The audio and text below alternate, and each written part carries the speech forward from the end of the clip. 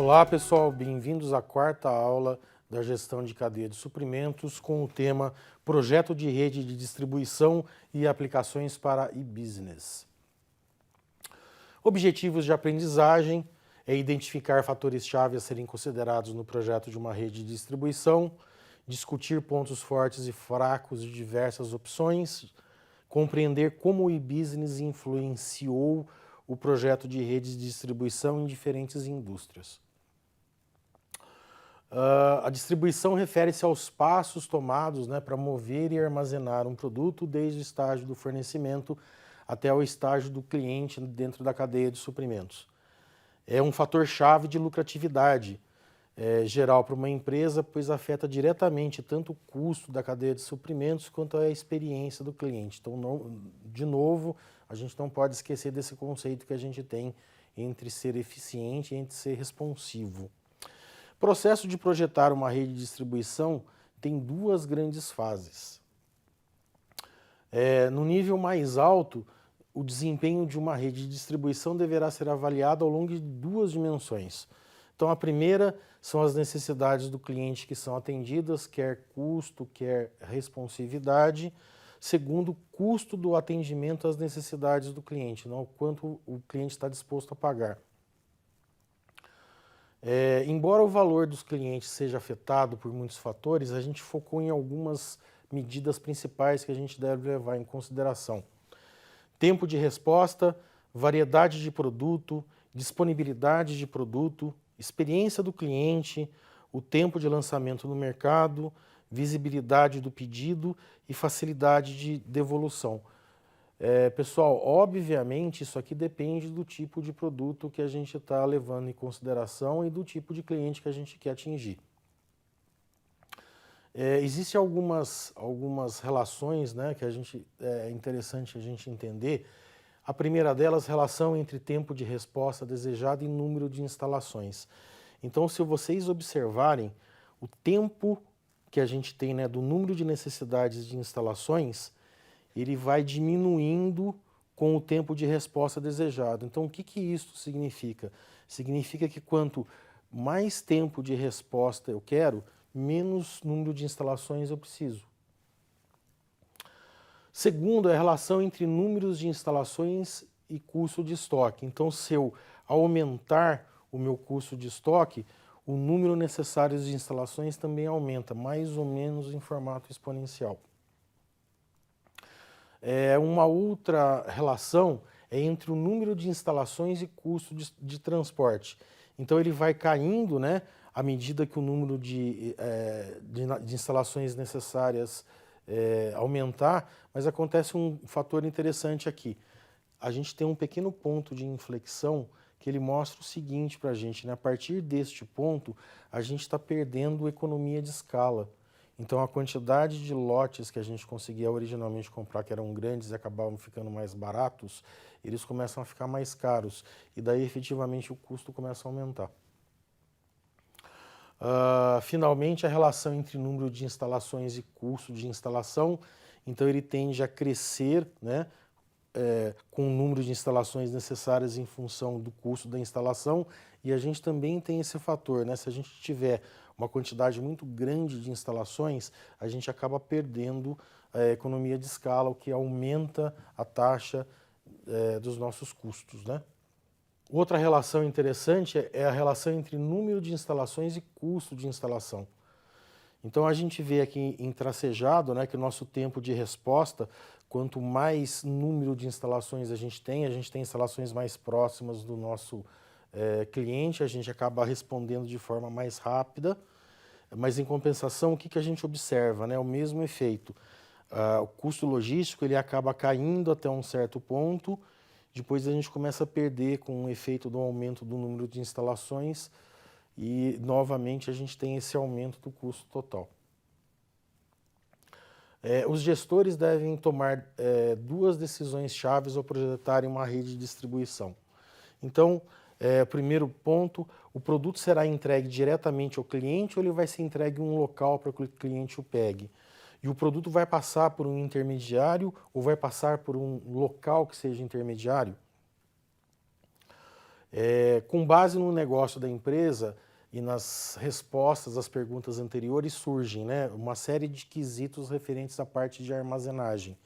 Então, a armazenagem no fabricante com remessa direta, no fabricante com remessa direta e consolidação em trânsito, no distribuidor com entrega por transportadora e encomenda expressa, armazenagem no distribuidor com entrega direta, armazenagem no fabricante ou no distribuidor com retirada pelo cliente, no varejista com retirada pelo cliente. Então, todos esses possíveis arranjos de armazenagem, eles devem ser levados em consideração novamente, pensando lá no tipo de empresa que a gente quer atender, no tipo de cliente que a gente tem, no tipo de produto que a gente está trabalhando.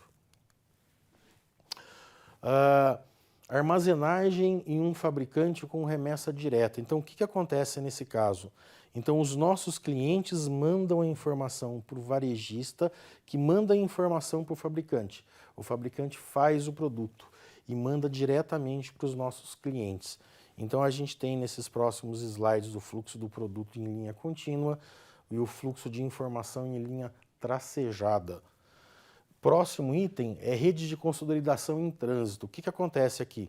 Então, os nossos clientes, eles mandam a informação para o nosso varejista vai mandar essa informação para as nossas fábricas, que vão fabricar os nossos produtos, enviar esses produtos para consolidação em trânsito por uma transportadora que vai enviar esses produtos para os nossos clientes.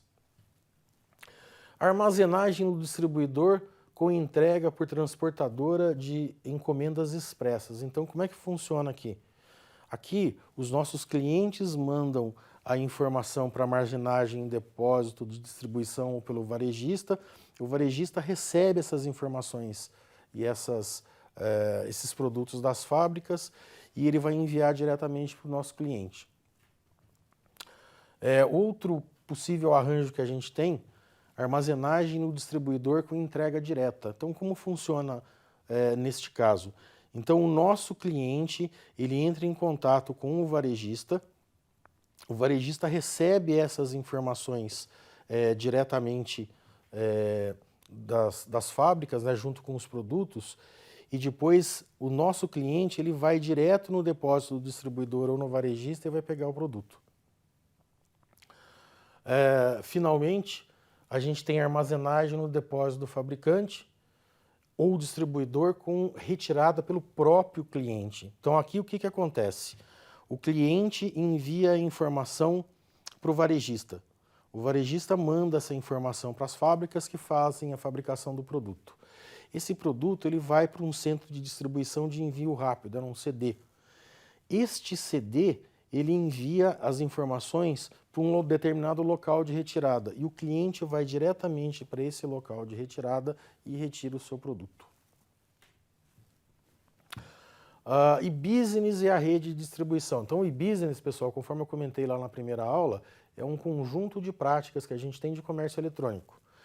Tempo de resposta ao cliente, né? Na venda de produtos físicos, pedidos de clientes levam mais tempo para serem atendidos por meio de e-business do que por meio da loja de varejo por conta do tempo de envio envolvido. A gente tem variedade de produtos, né? O e-business se acha muito mais fácil de oferecer uma seleção muito maior de produtos do que qualquer loja física. Um e-business ele não necessita obrigatoriamente de espaço físico. Disponibilidade de produto. Ao agregar seu estoque, um e-business pode aumentar a disponibilidade de produto. A experiência do cliente. Um e-business afeta a experiência do cliente em termos de acesso, customização, conveniência. Ele é muito mais flexível. Tempo de lançamento ao mercado muito mais rápido. Então, uma empresa pode usar e-business para introduzir novos produtos muito mais rápido, porque você, caso contrário, você precisaria montar todo um arranjo físico. E o e-business é muito mais rápido em relação a isso. Visibilidade do pedido. Então, a internet possibilita o fornecimento dessa visibilidade muito mais rápido do que uma loja física também. Facilidade de devolução. A devolução é mais difícil nos pedidos online, justamente pelo tipo de arranjo que eu mostrei previamente. A gente tem esse problema que, dependendo do tipo de arranjo, você não sabe exatamente de onde veio. Se veio do fabricante, se veio de um centro de distribuição, se veio de um varejista.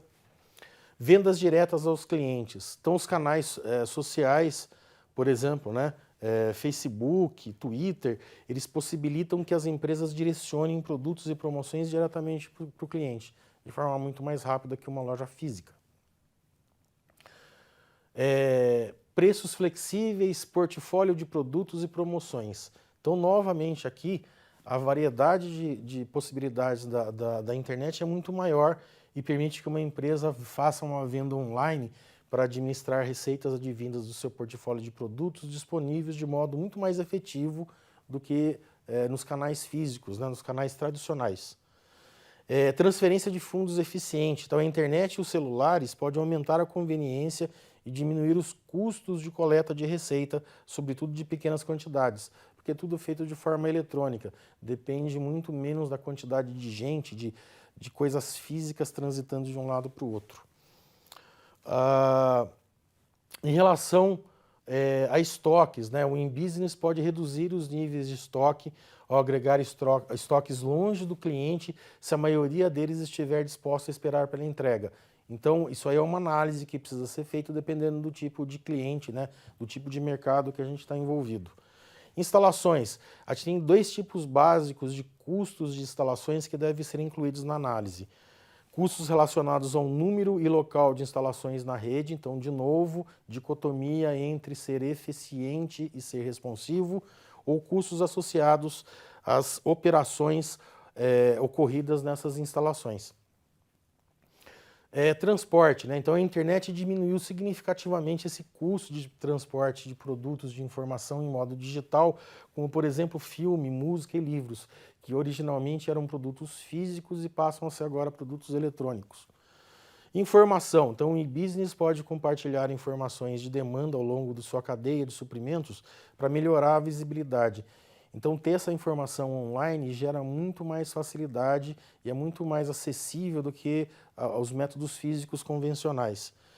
E business incorre em custos adicionais de informação, no entanto, ele serve para construir e manter uma infraestrutura de informação. Você tem as coisas de forma muito mais organizada, você tem mais dados na mão para transformar em informação para tomar as decisões de forma melhor. A estrutura de propriedade da rede de distribuição pode ter um impacto tão grande quanto o tipo de rede de distribuição. É importante ter redes de distribuição adaptáveis. Pessoal, não se enganem, isso aqui é exatamente igual à natureza. Na natureza não é o mais forte que sobrevive, é o mais bem adaptável. Cadeia de suprimento é exatamente a mesma coisa.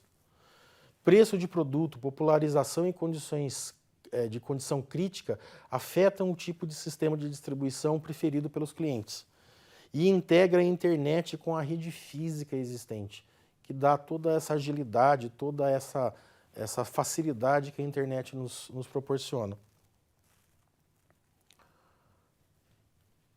E isso, pessoal, termina a nossa aula número 4 da cadeia de suprimentos. Até a próxima.